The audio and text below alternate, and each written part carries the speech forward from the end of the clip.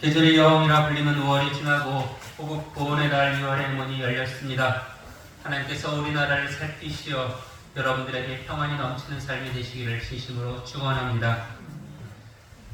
혹 살아가시면서 나는 죽도록 고생만 하겠다 이런 마음을 가진 사람이 있을까요?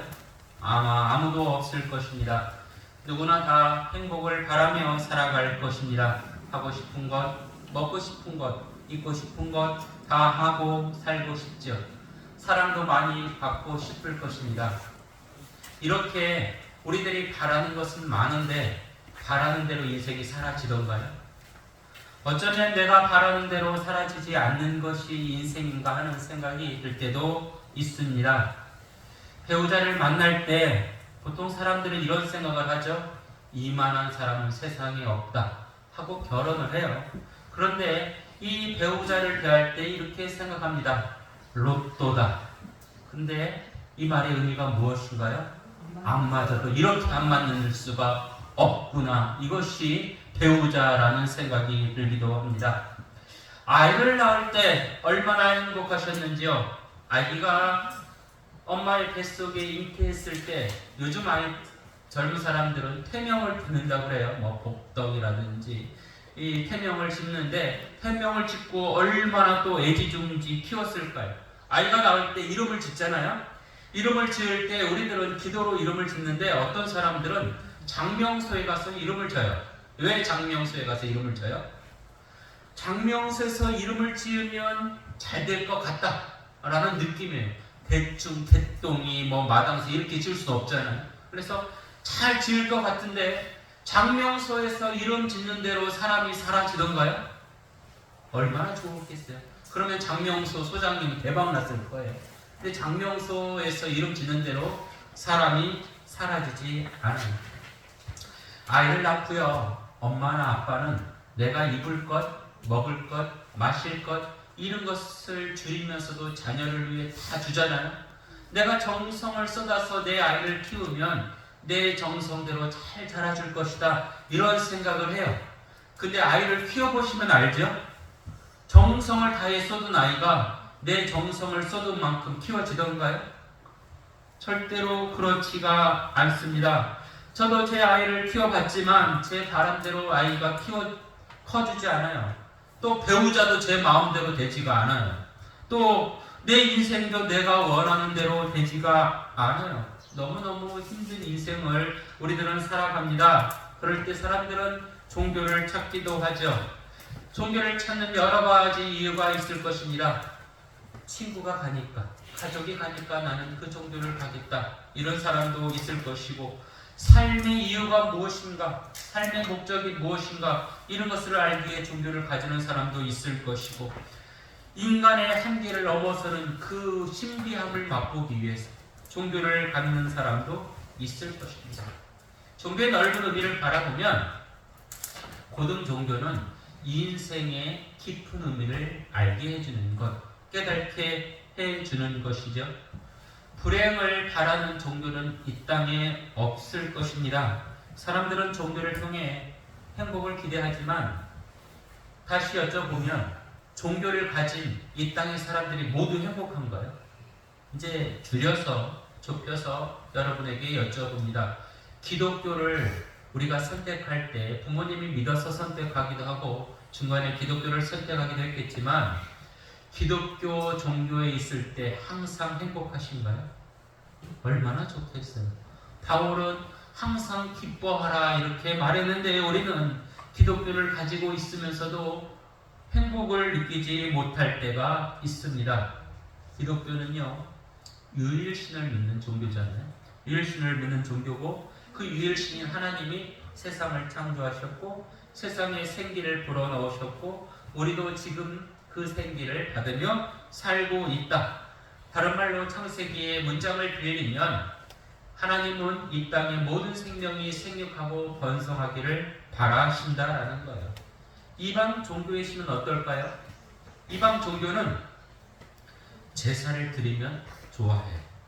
이방 종교는 섬기면 좋아해요. 그러나 하나님은 이 제사를 받으려기보다도 아버지의 입장에서 그 만든 생명들이 잘 되기를 바라시는 것에 종교의 차이를 볼 수가 있습니다.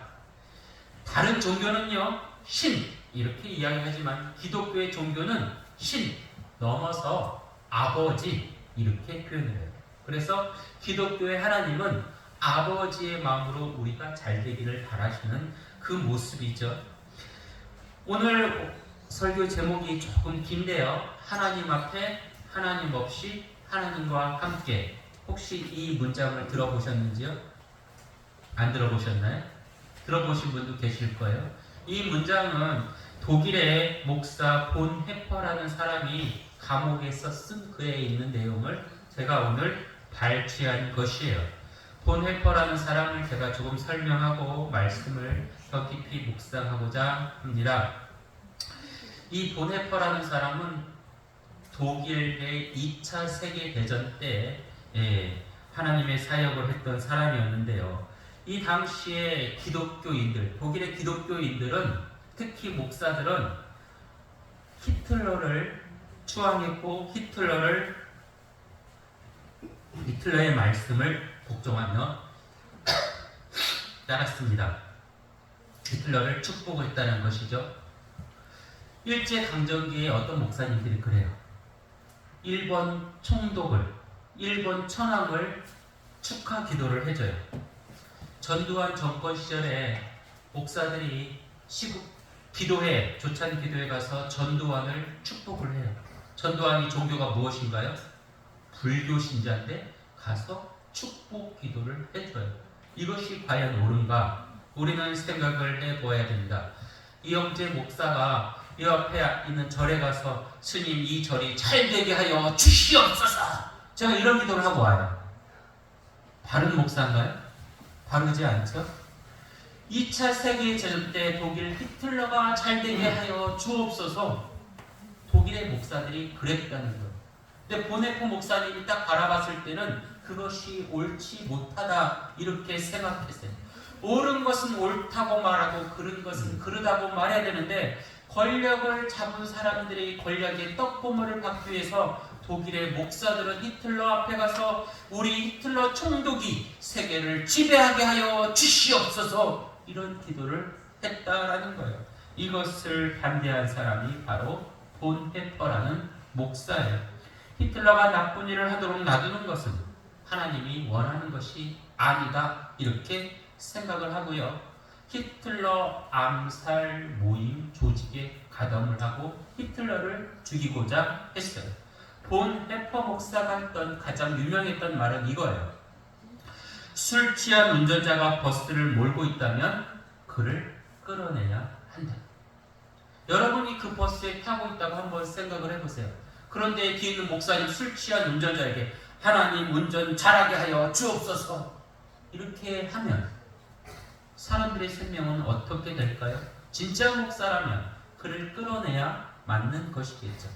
그렇게 히틀러를 암살하려다가 결국 발각되어 감옥에 갇힙니다. 1945년 4월 9일 이 보네퍼의 나이가 40도 안 되는 39살에 감옥에서 교수형을 받아요. 독일이 멸망하기 얼마를 앞두고 죽임을 당하는 거예요.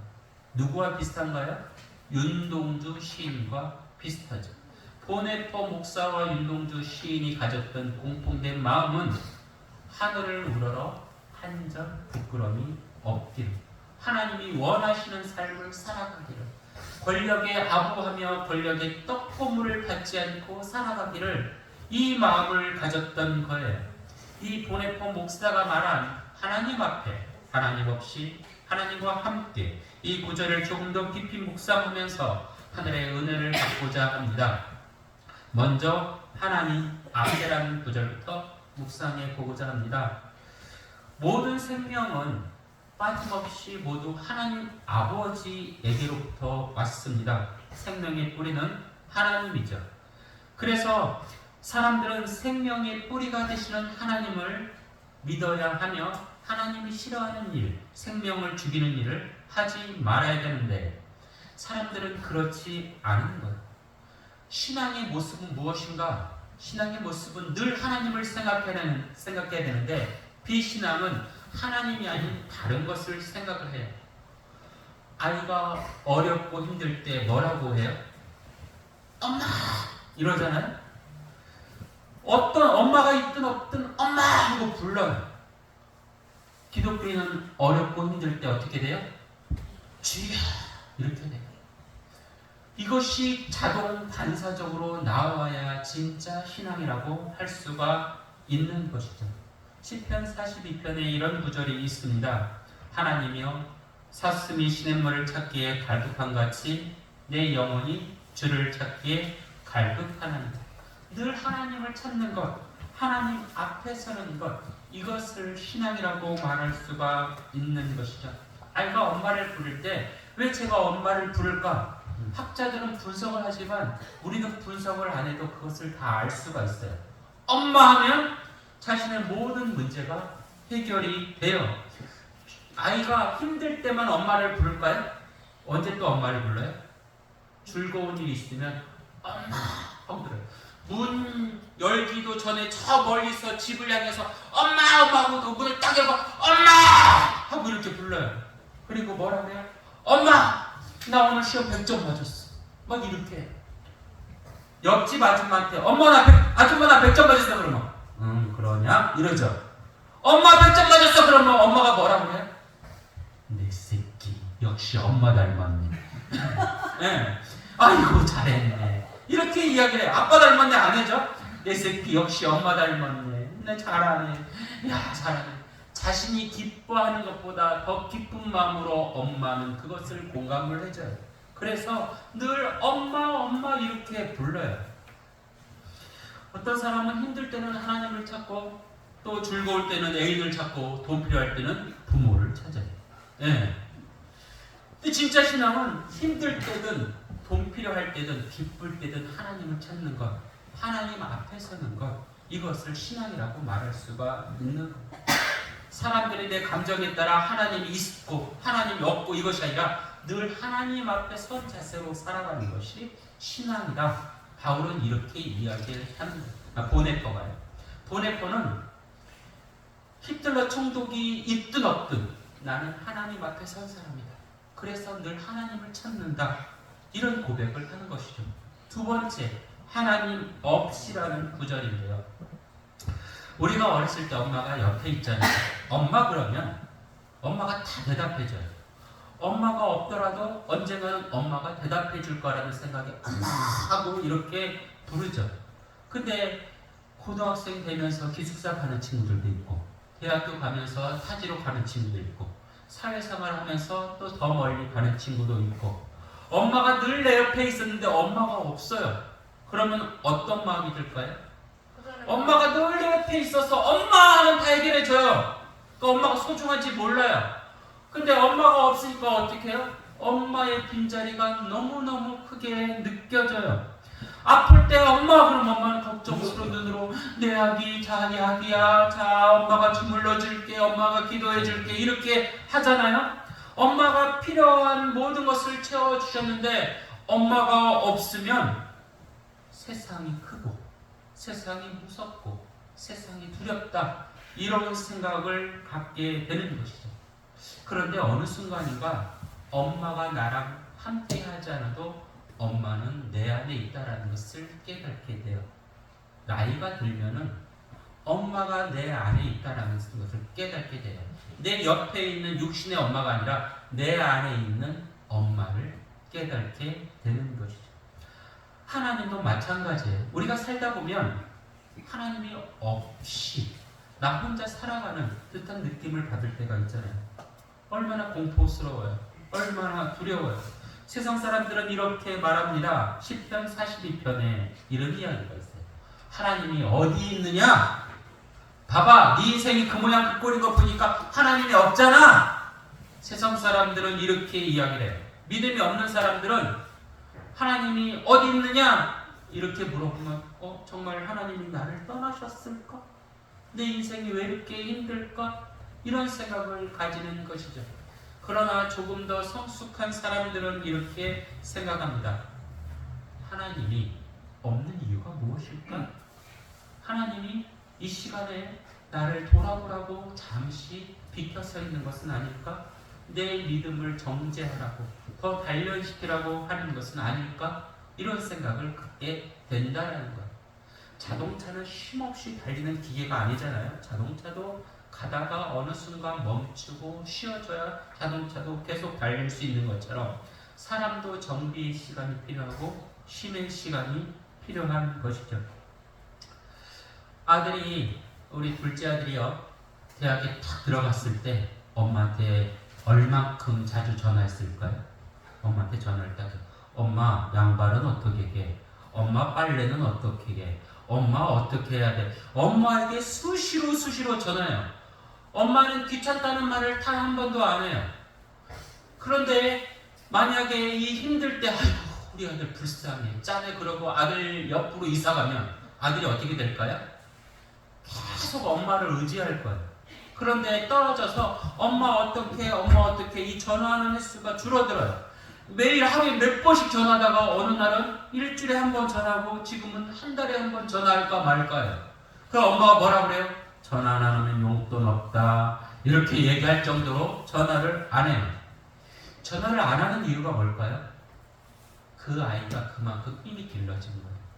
그만큼 지혜가 길러진 거예요. 엄마가 없어도 엄마의 빈자리를 스스로 채울 힘을 길러준 거예요. 하나님이 없다고 느껴질 때 우리는 그 힘을 길러야 되는 것이죠. 하나님이 지금 내 옆에 없는 것처럼 느껴지지만 하나님 이 시간에 나를 더 단련하여 내가 더욱더 성숙하고 내가 더욱더 성장하는 시간을 갖게 하여 주옵소서, 이렇게 기도해야 되는 것이죠. 세 번째, 하나님과 함께라는 구절을 묵상해 보고자 합니다. 요한복음 14장 1절에 이런 말씀이 있습니다. 너희 마음에 근심하지 말라. 하나님을 믿으니 또 나를 믿으라. 하나님을 믿으니 나를 믿으라. 내가 하나님이 없는 것 같은 삶을 사는 것 같을지라도 결국 어느 순간에가 깨닫게 돼요. 하나님 나를 떠나신 적이 단 한 번도 없었구나. 하나님이 나와 함께 하셨구나. 근데 어떻게 깨달은가요? 가만히 있으면 깨달아지는 게 아니에요. 무엇을 통해 깨달으냐면 말씀 묵상을 통해 깨달으는 거예요.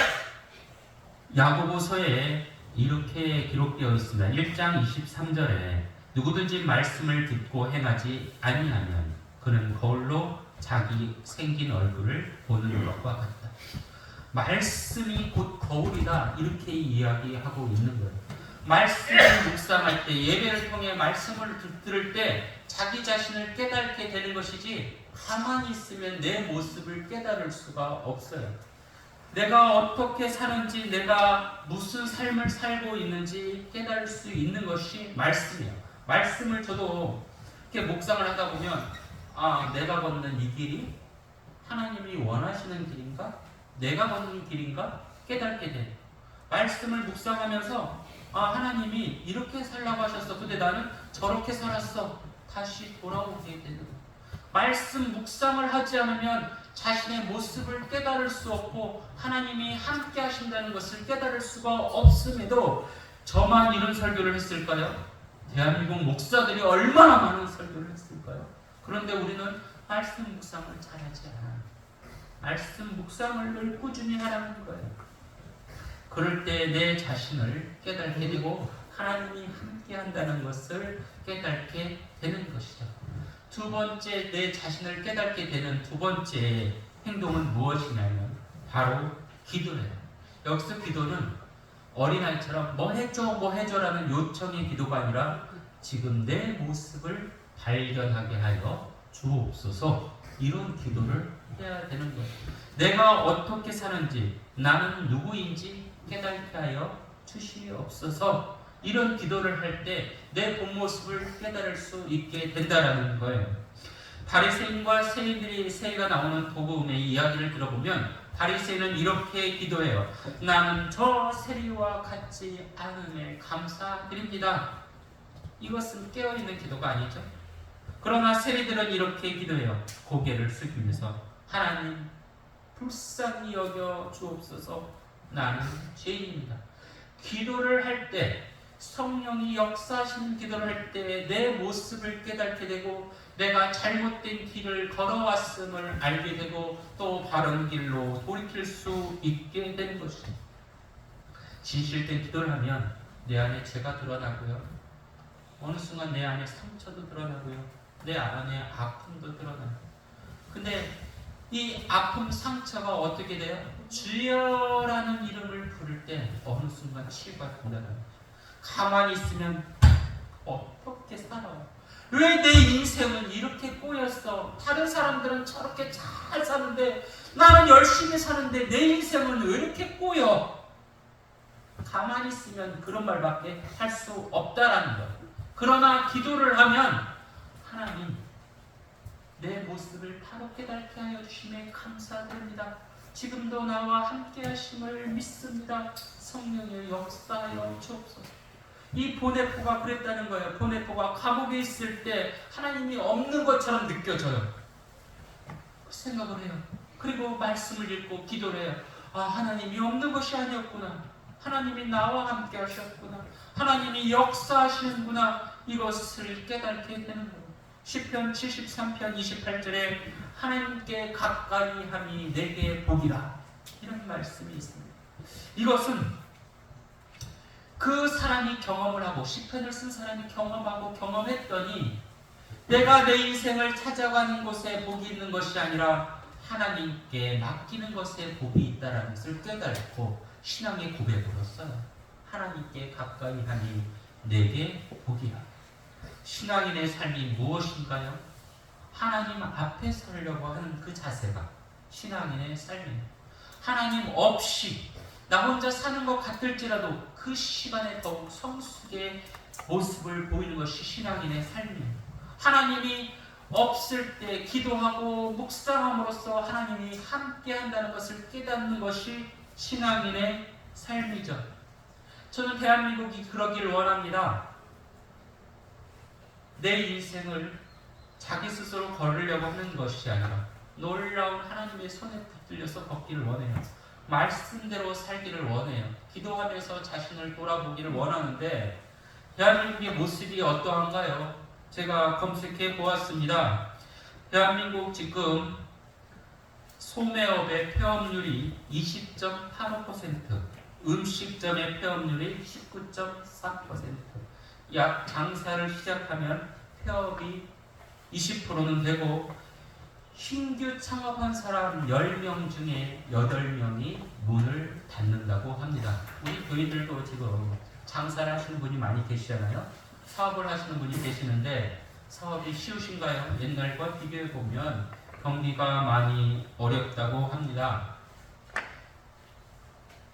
임대료도 못 내고 사는 소상공인들이 얼마나 많은지, 이렇게 된 이유가 여러 있겠지만 대한민국의 정치 상황도 한몫할 것입니다. 작년 12월 3일 계엄이 발령한 이후에 사람들은 육적으로 또한 심적으로 공허함을 느껴요. 뭘 해도 손에 잡히지가 않아요. 먹으러 갈 수도 없어요. 놀러 갈 수도 없어요. 무슨 일을 하고 싶어도 내가 그 할 힘을 내 스스로 잃어요.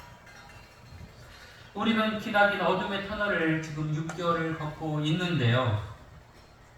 이제 대통령 선거를 통해서 우리는 어둠의 터널을 통과할 것인가, 더 깊은 어둠의 터널로 들어갈 것인가의 기로에 서 있습니다. 여러분은 어떤 사람을 대통령으로 뽑고 싶으신가요? 대통령이 우리와 상관없으면 아무나 뽑혀도 상관없겠죠. 그러나 대통령은 우리에게 아주 지대한 영향을 미칩니다. 정책 방향, 법 집행, 외교, 국방, 사회 전반에 걸쳐서 우리에게 영향을 미쳐요. 이태원 사고 같은 경우도 정치인이 잘했다면 그런 불상사가 생겨났을까? 저는 대통령의 일이 저와 밀접한 연관이 있기 때문에 기도합니다. 하나님, 제가 찍는 한 표가 제가 원해서 찍는 사람이 아니라 성령의 이끌림 받아서 그 사람을 찍게 하여 주옵소서. 이렇게 기도를 해요. 고대 사회에서 왕이 미치는 영향은 이것보다 더 컸습니다. 왕이 잘 되면, 왕이 제대로면 백성들은 잘 살 수 있었고, 왕이 지멋대로 살면 백성들은 고된 삶을 살아야 됐어요. 그래서 백성들은 이렇게 기도해요. 하나님이여, 우리의 왕이 하나님 앞에 바로 서게 하옵시고 우리의 왕이 어려울 때 그 어려움을 헤쳐나갈 수 있도록 인도하여 주옵소서. 이것이 오늘 우리가 읽은 시편 22편에 기록되어 있는데 제가 공동 번역으로 말씀을 조금 바꿔서 읽어봅니다. 이렇게 기록되어 있는 거예요. 하나님, 우리 왕이 공경에 처해 있거든, 공경에서 기도하거든 하나님께서 그 기도를 들어주시고 지켜 주시옵소서. 성서로부터 왕에게 도움을 내리시고 시온산으로부터 왕을 붙들어 주옵소서.